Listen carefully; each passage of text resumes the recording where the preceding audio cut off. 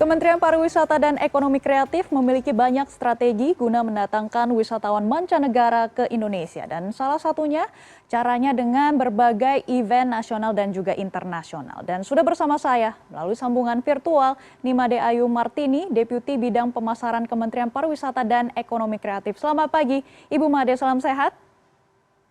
Selamat pagi, salam sehat juga Mbak Megi. Iya, Bu Made. Kasih. Terima kasih sudah meluangkan waktu untuk kita semua. Bu Made, di tengah kondisi ketidakpastian global dan awan gelap resesi yang menyelimuti seluruh negara di dunia, apakah Kementerian Parekraf optimistis terhadap pariwisata Indonesia di tahun 2023? Terima kasih sebelumnya, selamat tahun baru dulu buat pemirsa CNN di mana saja. Selamat Hari Raya Imlek juga. Semoga tahun baru ini membawa semangat baru untuk kebangkitan pariwisata Indonesia. Oke, bicara mengenai optimis, harus optimis. Karena kita dari Kementerian Pariwisata dan Ekonomi Kreatif adalah kementerian yang berhubungan dengan hospitality ya, atau pelayanan gitu ya, pariwisata dan ekonomi kreatif. Jadi kami sangat optimis, bahkan kami memiliki target yang 2 kali lipat dari tahun lalu ya. Target untuk wisatawan Nusantara kita adalah 1,2 miliar sampai dengan 1,4 miliar pergerakan wisatawan Nusantara Indonesia.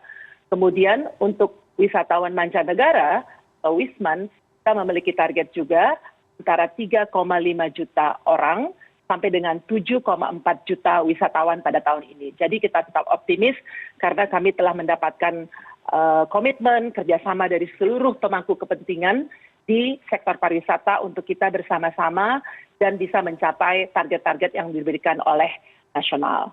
Gitu Mbak Megi. Wow, ini jumlahnya sangat besar sekali. Jumlah Wisman targetnya adalah dari 3,5 juta sampai 7,4 juta orang. Berapa jumlah kunjungan wisatawan mancanegara yang akan dibidik Kementerian Parekraf?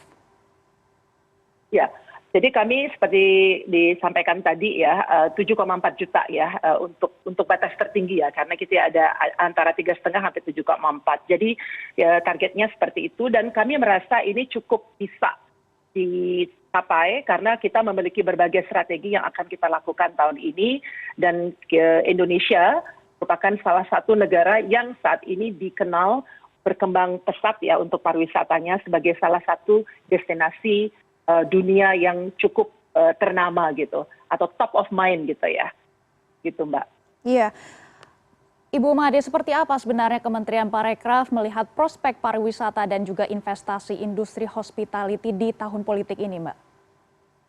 Ya, bicara politik sebetulnya ini seperti Bapak Menteri selalu bilang ya bahwa akan baik ya karena pasti akan banyak sekali event, kegiatan, pertemuan yang kita sebut MICE gitu ya yang akan menggerakkan orang-orang ke seluruh Indonesia dan ini akan baik bagi ekonomi gitu. Jadi telah seperti tahun lalu ya nilai devisa pariwisata aja ya dari untuk tahun ini kita targetkan 2 miliar ya dolar sampai dengan 5,95 miliar dolar. Ini target kita untuk tahun ini untuk devisa. Kemudian untuk ekonomi kreatif juga ya 26,46 miliar US dollar. Kemudian kontribusi pariwisata tahun ini kita targetkan 4,10% gitu dari IDB kita. Jadi kami sih sangat optimis dengan pariwisata kita. Baik Bu Made, untuk mencapai target-target tersebut apa program strategis yang akan digarap oleh Kemenparekraf pada tahun 2023 nanti? Ya, salah satunya ya kami mungkin punya 5. Yang pertama adalah bagaimana caranya kita menarik wisatawan kelas premium gitu ya. Jadi high-ender, luxury itu yang kita akan tingkatkan. Kemudian diversifikasi dari destinasi. Selama ini barangkali dikenal Bali sebagai top of mind ya, selalu ke Bali. Nah sekarang kita punya 5 DST. Jadi destinasi super prioritas, Danau Toba di Sumatera Utara, Yogyakarta ada Borobudur, atau Joglo Semar ya, Yogyakarta, Solo, Semarang. Kemudian di Lombok kita punya Mandalika, kemudian kita juga kembangkan Labuan Bajo di NTT, dan Likupang di Sulawesi Utara. Jadi target kita atau strategi kita adalah bagaimana caranya kita mengenalkan destinasi-destinasi tersebut dengan bundling. Jadi mereka misalnya ke Bali, kemudian kita kenalkan dan kita bekerja sama dengan industri untuk menjual juga yang namanya Bali Plus atau Beyond Bali gitu ya. Misalnya setelah ke Bali mereka ke Toba, kemudian ke Borobudur, ke Likupang, ke Bajo, ke Lombok dan sebagainya. Kemudian kita juga melakukan yang berikutnya adalah digital marketing. Ini sangat penting karena saat ini digitalisasi ini adalah sebuah keniscayaan. Kita melakukan banyak sekali promosi, sosialisasi, advokasi melalui digital marketing. Kemudian kita juga memiliki marketing yang kita sebut kolaboratif marketing. Jadi kita dari kementerian itu atau pemerintah tidak bisa bekerja sendiri. Kita harus melibatkan seluruh pemangku kepentingan di sini yang kita sebut helix ya, dari industrinya, dari pemerintah daerah, antar pemerintah pusat, kementerian dan lembaga, kemudian dari dunia pendidikan, kemudian juga dan masyarakat luas ya. Ini kita perlukan untuk bersama-sama termasuk perbankan karena tujuannya sama gitu. Tujuannya untuk menggerakkan ekonomi kita sehingga pariwisata ini bisa memberikan sumbangsi kepada ekonomi.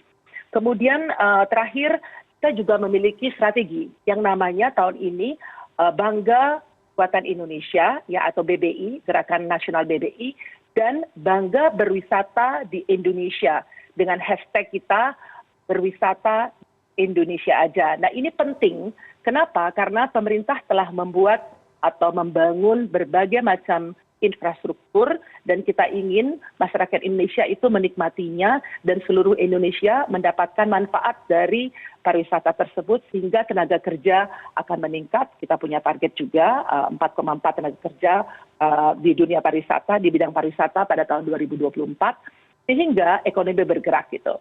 Yang terakhir kita juga ingin memadukan ya antara kreatif dengan pariwisata. Ini film-film Indonesia ini sekarang banyak sekali ya dan dampaknya terhadap pariwisata itu ternyata sangat baik, sangat tinggi. Ada beberapa film ketika terkenal kemudian banyak sekali wisatawan atau masyarakat yang ingin pergi ke sana gitu. Jadi banyak sekali ya buktinya sehingga kami juga ingin dan terus bersama-sama pemangku kepentingan mengembangkan film ini sehingga bisa mendorong bukan hanya industri kreatif tetapi juga industri pariwisata. Wah ini sangat menarik. Ini sangat menarik sekali ya Bu Made. Tadi yang saya dengar adalah memang kalau misalnya kita lihat Indonesia terkenal dengan island-nya, kita mempunyai 17,000 islands dan tadi Anda juga sudah bilang dari Bali kita bisa menjalankan island hopping seperti itu. Lalu tadi juga ada film pariwisata kalau misalnya kita lihat seperti Korea begitu ya. Dengan industri perfilmannya yang sangat maju, semua orang sepertinya ingin ke Korea seperti itu. Nah Indonesia kita nantikan seperti itu juga ya Ibu Made. Dan tentunya kami juga ingin melihat kalau misalnya kita sudah mempunyai produk yang bagus, target audiensnya ini bagaimana Mbak Made? Kalau misalnya kita lihat mungkin potensi yang akan digarap ke depannya kalau selain Tiongkok, apakah ada negara-negara lain yang menjadi target audiensnya Kemenparekraf? Ya, ada. Dari berdasarkan data yang kita punya ya, beberapa penyumbang pasar terbesar bagi Indonesia tahun lalu adalah Australia, yang pertumbuhannya tinggi nih ya, Australia, Selandia Baru, Malaysia, Singapura, kemudian Amerika Serikat gitu ya, dan tahun lalu Tiongkok pun masuk sebenarnya top 10 ya, masuk juga. Nah tahun ini kita juga akan menyasar yang kita sebut pasar tradisional gitu ya, asal dari wisman kita. Namun kita juga tidak boleh lupa mengenai pasar-pasar non tradisional kita atau pasar-pasar baru. Ini terus kita kembangkan dan kami bekerja sangat erat dengan KBRI kita ya, Kedutaan Besar Indonesia di luar negeri, bagaimana caranya kita bergotong royong bersama-sama, mengenalkan Indonesia di sana, menunjukkan keindahan destinasi, mengundang mereka untuk event-event internasional. Jangan lupa Mbak Meggy, bulan depan, akhir bulan Februari 24 sampai 26, kita akan menjadi tuan rumah untuk F1 Powerboat di Danau Toba. Nah, kami percaya event-event seperti ini yang internasional, yang nasional maupun daerah gitu ya, akan menarik pergerakan wisatawan Nusantara maupun mancanegara. Nah inilah salah satu kekuatan Indonesia selain alamnya yang indah, destinasinya yang cantik, tapi juga event-eventnya yang menarik. Oleh karena itu selain dengan KBRI, kami juga bekerja sama dengan pemerintah daerah. Dan hubungan kita sangat erat sekali dan kita pada 2 tahun terakhir sebetulnya memiliki program juga, Mbak Meggy, yang namanya desa wisata ya. Jadi ada 50 desa wisata pada tahun 2021 yang mendapatkan anugerah, artinya sudah dikurasi dengan baik, dengan program khusus, kemudian standarisasi juga CHSE untuk mereka. Tahun lalu 2022, 50 lagi yang mendapatkan anugerah, dan tahun ini kita akan juga mengkurasi 75 desa wisata. Nah, desa wisata ini penting juga ya, bahwa ini kita promosikan pada wisatawan Nusantara maupun mancanegara, dan keberadaan desa wisata ini adalah langsung kepada masyarakat, gitu ya. Jika desanya asri, bersih, maka niscaya masyarakatnya akan menjaganya dengan baik. Dan menurut kami ini merupakan salah satu strategi jitu ya, yang Kementerian kembangkan bersama-sama dengan kementerian lainnya, ya, kementerian dan lembaga lain, dan juga dari daerah. Ya, tadi Anda sudah menyebut desa wisata seperti itu, dan ini juga sangat menarik sekali karena semuanya sekarang ingin balik ke tren organik desa dan juga kita kembali lagi ke farming. Bagaimana pencapaian pengembangan desa wisata di 5 destinasi pariwisata super prioritas pada tahun 2022? Ya. Tahun lalu sudah ada ya dikembangkan dan sudah ada yang masuk mendapatkan anugerah, dan tahun ini sama juga karena memang kita fokus untuk 5 destinasi super prioritas itu kita memberikan atensi yang lebih karena bukan saja dari segi fisik ya atau infrastrukturnya, tapi juga non fisiknya ya, termasuk di sana adalah SDM-nya. Kemudian dari desa wisata juga karena kami percaya bahwa desa-desa wisata itu adalah dukung ya, yang secara langsung dilakukan oleh dari dan untuk masyarakat. Oleh karena itu kami percaya sekali adanya desa wisata di 5, semuanya punya ya, di 5 destinasi super prioritas itu akan mendongkrak Wisman maupun bisnis kita.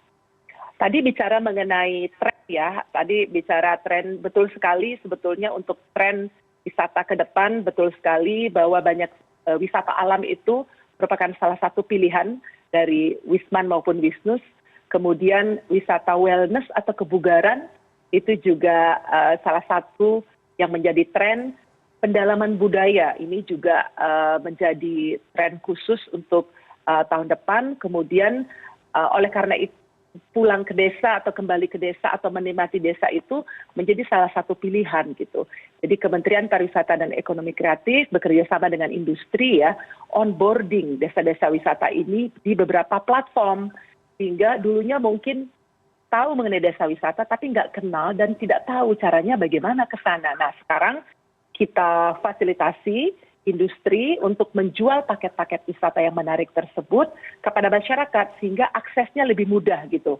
Mereka bisa log online, bisa misalnya pergi ke desa wisata terdekat yang kami memiliki listnya ada di websitenya Kementerian Pariwisata dan Ekonomi Kreatif. Waduh, ini seru sekali ya Bu Made, saya dengarnya saja sudah ingin bawa seluruh keluarga saya ke destinasi yang tadi Anda sebut. Terima kasih Ibu Nimade Ayu Martini, Deputi Bidang Pemasaran Kementerian Pariwisata dan juga Ekonomi Kreatif. Semoga target jumlah kunjungan Wisman sebesar 7,4 juta orang di tahun 2023 tercapai dan destinasi super prioritas harumkan nama Indonesia di kancah internasional. Terima kasih Bu. Terima kasih Mbak Meggy.